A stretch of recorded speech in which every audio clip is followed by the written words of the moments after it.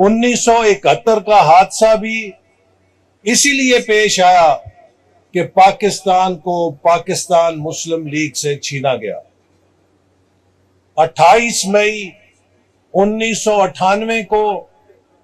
پاکستان کی ذمہ داری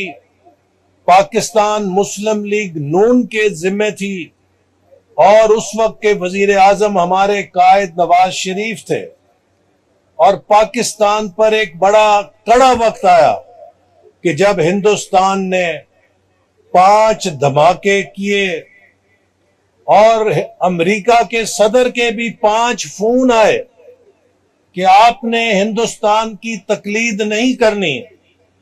ہم آپ کو 5 ارب ڈالر دیں گے اس کے بدلے میں۔ لیکن وزیر اعظم نواز شریف جو مسلم لیگ نون کے وزیر اعظم تھے،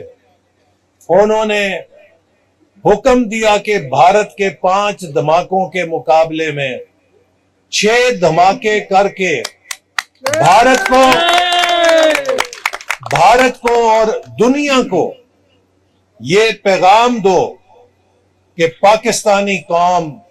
اپنی آزادی کا سودا نہیں کر سکتی۔